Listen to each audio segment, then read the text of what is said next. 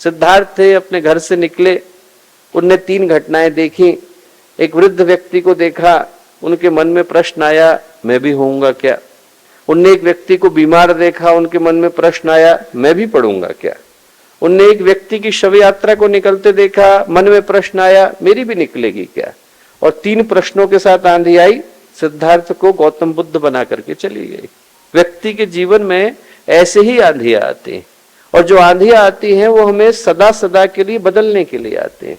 आदि गुरु शंकराचार्य, उनकी जो माँ थी, उनके मन में एक सामान्य माँ की तरह से सपने थे। हमारी बहू आएगी, बहू के बाद हमारे पुत्र के बच्चे होंगे, नाती पोतों का मैं मुंह देखूंगी, ये सोचा करती थी। इतनी देर में एक आंधी आई, आदि गुरु शंकराचार्य को खींच करके ओंकारेश्वर ले गई, आदि गुरु शंकराचार्य के रूप में प्रतिष्ठित कर गई। उनके एक शिष्य थे आदि गुरु शंकराचार्य के, उनके पिता का नाम था भास्कर। 6 साल का बालक, 6 साल की अवस्था में उसने एक शब्द नहीं बोला था, किसी से बात नहीं करता था, किसी से कुछ कहता नहीं था।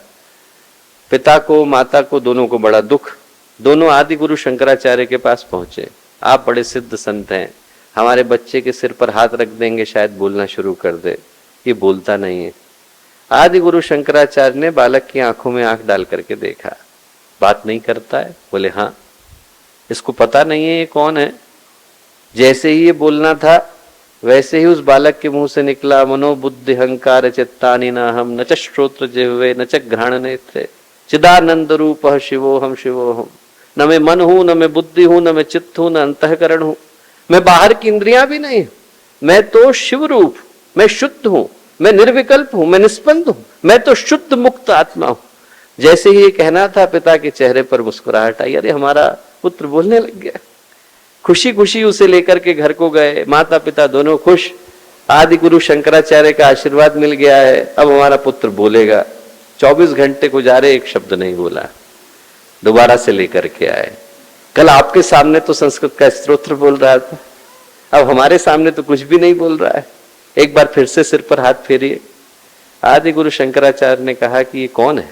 अरे हमारा पुत्र है, हम ही तो लेकर के आए थे। बोले नहीं नहीं, ध्यान से देखो, ये तुम्हारा पुत्र नहीं। क्या बात करते हैं, हमने ही जन्म दिया है। बोले जन्म तुमने दिया है, पुत्र का शरीर है, आत्मा पुत्र की नहीं है। क्या बोल रहे हैं। बोले याद करके देखिए कि जब ये 2 वर्ष का था तो क्या घटना घटी थी।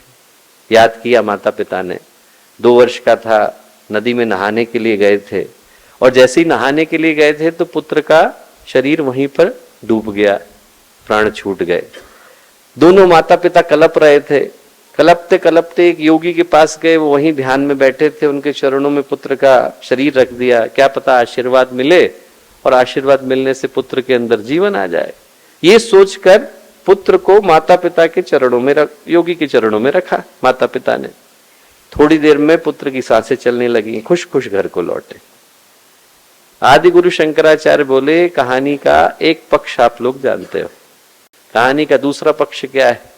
कहानी का दूसरा पक्ष ये है कि जब आप उस बालक को लेकर के उन महायोगी के चरणों में जाकर के गिरे तो उनके हृदय में करुणा आई, आपके आंसू उनसे देखे नहीं गए। पुत्र की आत्मा तो शरीर को छोड़ करके जा चुकी थी, उनने योग बल से अपनी आत्मा को निकाला और पुत्र के शरीर के अंदर प्रवेश किया। जिसको आप लेकर के लौटे हो वो योगी को लेकर के लौटे हो। बोले आपके पुत्र का शरीर जरूर है पर इसके अंदर आत्मा योगी की है, इसको योग यात्रा पर जाने दो। इसके जीवन में आंधी आ रही, वो जो आंधी थी उस योगी को खींच करके ले गई, आदि गुरु शंकराचार्य का द्वितीय शिष्य बनाया। यही ज्योतिर्मठ यहाँ से ज्यादा दूर नहीं है, जिसका कल ही नाम बदला, जोशीमठ से ज्योतिर्मठ हुआ, उसकी स्थापना करने वाले पहले संत बने। ऐसे ही हमारे जीवन में आंधी आती है दोस्तों। हमारे YouTube चैनल शांति कुंज वीडियो गायत्री परिवार को सब्सक्राइब करें एवं बेल आइकन जरूर दबाएं ताकि गायत्री परिवार की विभिन्न गतिविधियों की जानकारी आपको मिलती रहे।